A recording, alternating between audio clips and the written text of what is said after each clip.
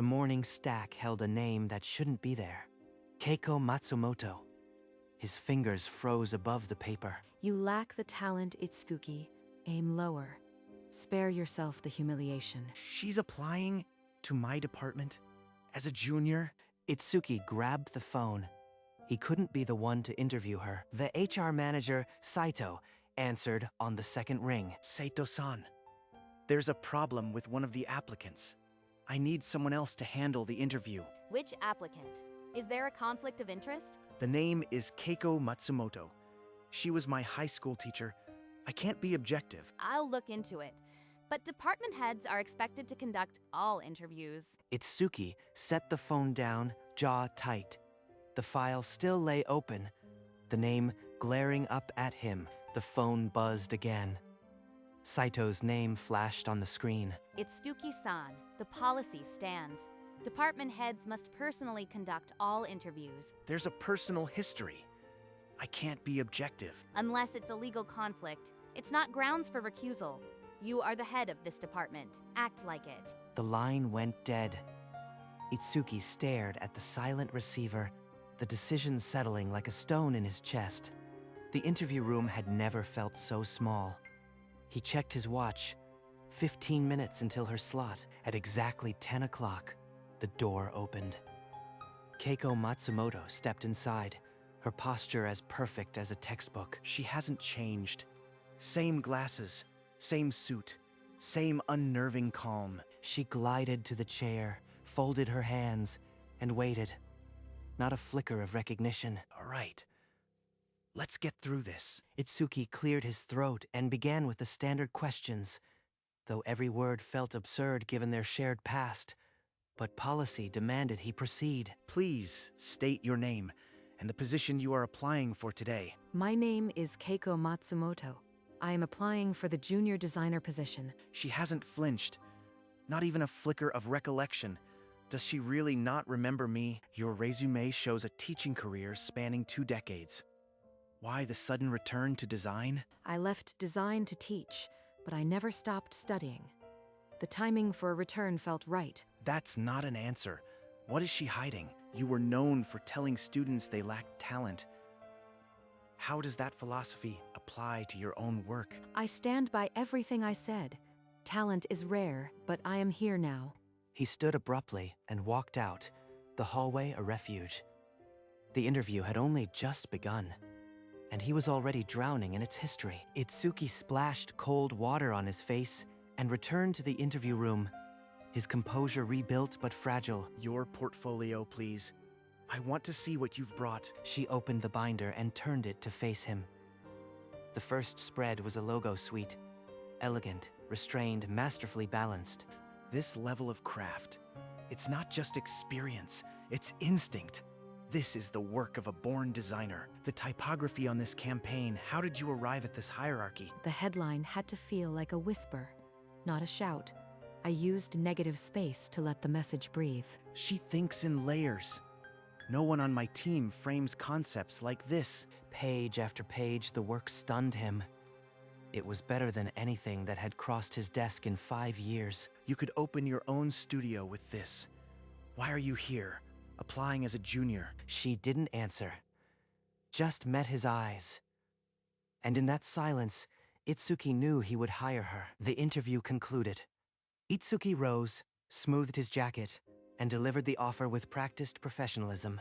We'd like to offer you the junior designer position, starting next Monday. I accept. She signed the offer letter without a moment's hesitation, her face as unreadable as ever. The same woman who told me I had no future in design just signed an offer to work under me. Your employee badge and workspace are prepared, Matsumoto-san. HR will process the paperwork today. She didn't smile. No relief. Just that same unsettling composure. Monday morning arrived. Keiko sat at a small, cluttered desk near the supply closet, out of sight from the main floor. That desk was meant for temporary interns. She's being hidden away. Itsuki walked past without slowing, eyes fixed ahead. Behind him, the team exchanged uneasy glances. The new hire was a ghost in the corner, and Itsuki had no idea what to do with her. 2 weeks passed in a careful, cold silence. Itsuki delivered assignments by email, never stopping at her desk. He assigned her photo clipping and spell checking tasks far beneath her portfolio. She never complained. Not once. But the juniors noticed. At the water cooler, their whispers carried a different story. In the break room, a junior designer leaned close. Did you see her mock-up? It solves the color consistency issue single-handedly. The praise reached Itsuki through a junior too eager to share. Matsumoto-san fixed the Mizuno file overnight. The client was thrilled, he said. I gave her that file, hoping she'd struggle. Instead, she aced it in hours. The guilt began to itch, a splinter he couldn't ignore. Passing the small conference room, he heard a voice. It's like she never stopped designing. Why is she here as a junior? They're asking the same question I've been avoiding. Another month passed. The silence held, but the pressure in Itsuki's chest grew. Then, Keiko's email arrived. The subject line read, "Concept for Kawasaki Pharmaceuticals. No need for credit." He clicked. The concept was a rebrand, bold, concise, yet deeply elegant. It solved every problem the client had been stonewalling for weeks. She solved it without being asked. How? He presented it to the client that afternoon. Not once did he mention her name. The client was thrilled. Back at the office, congratulations rained down on the team for their success. Keiko sat at her small desk, the celebration a distant echo. Her expression was unreadable. She knows I stole it, and she hasn't said a word. I am becoming the kind of person who exploits talent and takes the credit. The guilt was no longer a splinter. It was a fracture, and every time he saw her, it cracked a little more. That evening, long after the others had left, the old man appeared at Itsuki's door. You look like a man who's been chewing on glass. Come with me. He didn't wait for an answer. Itsuki followed him to the cluttered warmth of Yamada's office. Yamada poured 2 cups of coffee and settled into his worn chair, surrounded by decades of design history. I've known Keiko Matsumoto for a long time. Since before she was a teacher. He knows her? He's about to explain everything. Back then, she was the brightest star in our studio. A talent you see once in a generation. He pulled a faded photograph from his desk. A young Keiko holding an award, beaming with pure passion. But the industry chewed her up. Her portfolio was stolen. Her name blacklisted. She never designed professionally again. Itsuki's blood ran cold. The stolen portfolio, the blacklist, it was worse than he'd imagined. But Yamada wasn't finished. The studio head took her portfolio, claimed it as his own, and used his influence to blacklist her. That betrayal shattered her. She was blacklisted, unable to find work anywhere. The industry she loved had destroyed her. So she turned to teaching, and out of fear, she began telling her students the same cold lie that they lacked talent. She crushed their dreams so they'd never know the pain she felt. It was cruelty, born entirely of protection. All those years, I thought she was just cruel, but she was trying to save me. You were the only one who ignored her warnings.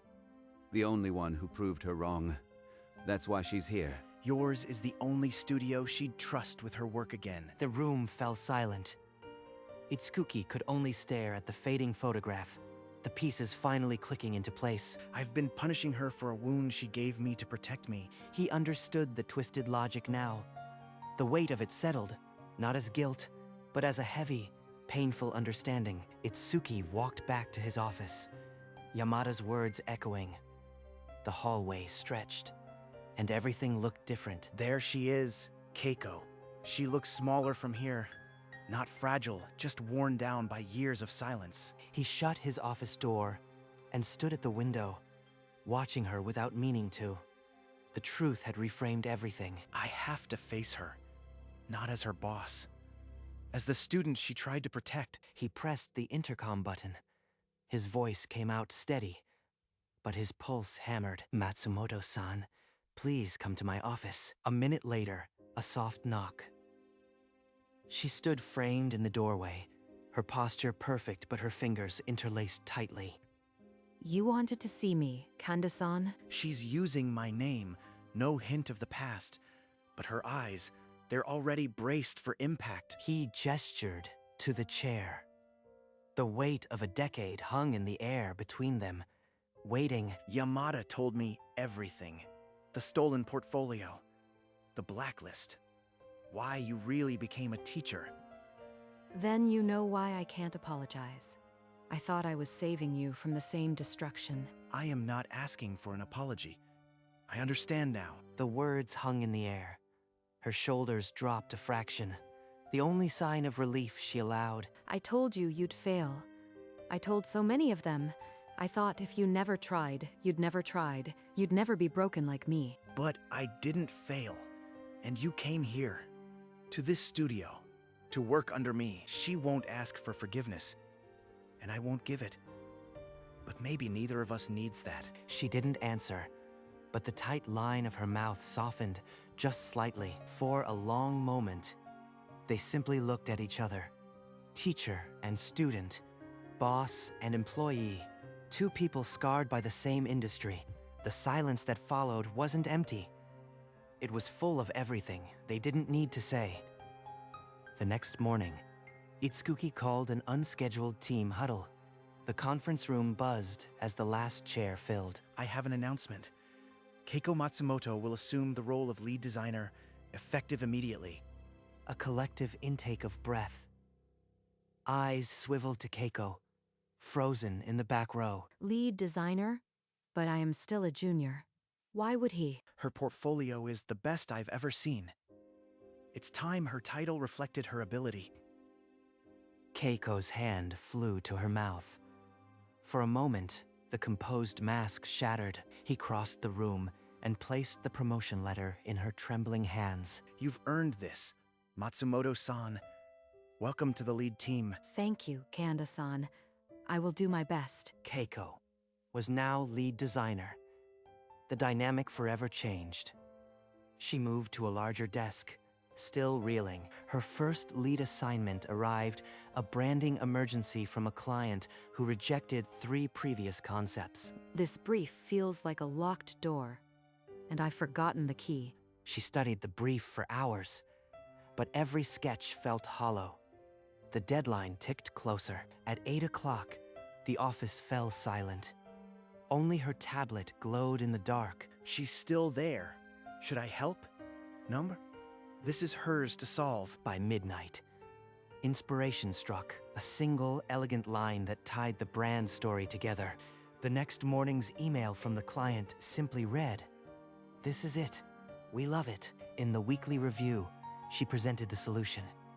The room listened without interruption. Look at them.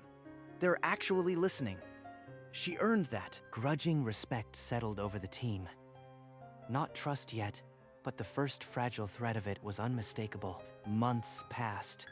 Keiko's quiet competence became a steady presence in the studio. Itsuki observed from a distance as she began mentoring the younger designers. She's patient with them, more than I ever was. One afternoon, he overheard her guide a junior through a stubborn layout problem. The grid is your logic, but white space is your voice. Don't let the first overpower the second. The junior nodded, scribbling notes. Itsuki walked on, filing the moment away. Their own interactions became brief but efficient.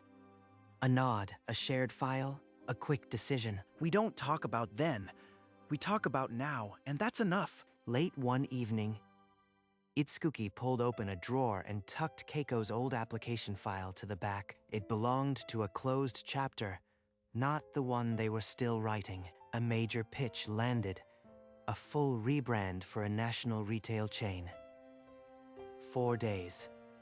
Keiko's team went silent with pressure. We divide by asset. Colors by midnight, typography by 2 a.m. I'll handle the master layout. No one works alone.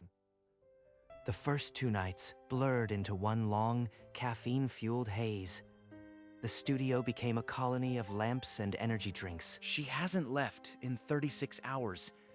Even the juniors are taking shifts, but she's still there. The secondary palette fights the logo. One wrong shade, and the entire brand voice collapses. Here. You've been running on fumes. Let me look at those swatches with you. He pulled up a chair. For an hour, they worked without words. Only the tap of styli and the occasional clink of ceramic. This is what I wanted all along. Not an apology, just this, working side by side. By dawn, the master file locked. Keiko leaned back, exhaling a breath she'd held since Monday. We submitted it. 2 days after submission, Itsuki's inbox pinged with the subject line, "Final approval." The email read, "The rebrand is exceptional, visionary direction. Please extend our highest praise to lead designer Keiko Matsumoto." The client specifically cited Keiko's leadership. This win belongs to her. Keiko stood frozen, the praise finally tangible after 20 years of silence. That afternoon, champagne corks flew. Saito herself appeared with a bottle, pouring a glass with genuine warmth. I never doubted you, Kanda-san. Promoting her was the right call. This is what strong leadership produces. Even Saito. Everyone finally sees what I saw the moment she opened her portfolio. At Yamada's retirement party, he pulled Itsuki aside, eyes glinting with emotion. You did right by her. I can retire now, knowing she's where she belongs. Itsuki clasped the old man's hand firmly. The weight of a lifetime passed between them, lighter now. 1 year later, Itsuki found himself on a quiet suburban street, holding a bottle of Yamada's favorite sake. Yamada welcomed him inside, his retirement hobbies visible in every corner. I found something I've been meaning to show you. From the envelope, he produced a single sheet of lined paper, covered in a young girl's earnest handwriting. Keiko wrote this when she was 16, before the industry ever touched her. "I want to design worlds that heal, colors that make people breathe easier, shapes that feel like home." This is who she was before they broke her. The same woman who told me I'd fail wrote this. Keep it. She'd want you to have it. Back at his desk that evening, Itsuki placed the fragile paper in the drawer beside her old application file. 2 documents, 2 versions of the same woman, finally side by side. The past was not forgotten, only reshaped. The annual review arrived with spring. Itsuki had already drafted the promotion forms, a sense of finality settling in. Matsumoto-san, please review the revised terms, then sign where indicated. He slid the paper across the desk. The title read, Senior Lead Designer. Senior lead. The title that was stolen from me 20 years ago. He's handing it back. Her hand trembled once, then the pen moved. The signature was small but decisive. Thank you, Itsuki. She said my name. After all these years, that single word means more than any apology. The team respects you. So does the board. This title merely reflects reality. He placed the signed form on his out tray. Keiko Matsumoto was now, officially, Senior Lead Designer. Neither of them mentioned the past. The contract spoke for itself. The classroom door had finally closed. A week later, Keiko walked back into the office from the client meeting, a signed contract in hand. The Kirigaya account is ours. Full branding package. The office erupted. Cheers and applause bounced off the walls, led by the juniors she had mentored. Yet Keiko didn't bask in the glory. Her eyes scanned the room until they found Itsuki, leaning against his doorframe. No need for words. That look says everything she never could. She gave a single, deliberate nod. Not gratitude, recognition. They were equals now. Itsuki lifted his glass, a silent toast. The champagne caught the light, but he didn't drink. Keiko's lips curved, just slightly. The first real smile he'd ever seen from her. The teacher who told me I'd never succeed just closed the biggest deal of the quarter. She turned back to the team, but not before holding his gaze one last time, a quiet thank you that needed no sound, no apology, no explanation. That evening, the celebration had faded to quiet. Itsuki packed his briefcase, the office around him dark and still. Only one lamp still burned, Keiko's desk, where she was making final adjustments to the Kirigaya files. Same as always, the last one working. But tonight it feels different, like a choice, not an escape. He walked toward the exit, but paused at the glass door. Their eyes didn't meet, but he knew she was aware. Good work today, Matsumoto-san. Thank you, Itsuki. You as well. A beat of silence, then the click of the door. Itsuki stepped into the cool night air. A weight finally lifted from his shoulders. Inside, Keiko's lamp stayed on for another hour. But the silence was no longer heavy. The office was empty, but neither felt alone. Their routine had become its own quiet comfort. She switched off the lamp, gathered her things, and followed him out into the night. Not together, but no longer worlds apart. In the quiet of memory, a chalkboard faded into view. The same classroom where it all began. The cruel words written there years ago began to dissolve. You lack the talent. Once so sharp, crumbled into harmless dust. They were never true. They were never about the students. They were a shield forged from her own shattered dreams. The slate was clean now. No apology needed. No forgiveness asked. Over the empty classroom, Keiko's face, as it was today, composed, respected, complete. She never said sorry. He never asked. Some wounds don't heal with words. They heal with time, trust, and quiet proof. Keiko Matsumoto, once a teacher who crushed dreams to protect them, now a designer who built worlds that healed. The chalk dust settled into nothing. The slate remained clean, and in the space where cruelty once lived, there was only absence, and in that absence, a strange, quiet peace. A year-end design exhibit opened in the city. Among the installations, one work stood out, a tribute to resilience and renewal. Itsuki and Keiko walked through the hall together, pausing before a large display of their most acclaimed collaboration. A small brass plaque at the base listed the contributors. Two names shared the top line: lead designers, Itsuki Kanda and Keiko Matsumoto. Neither of them spoke.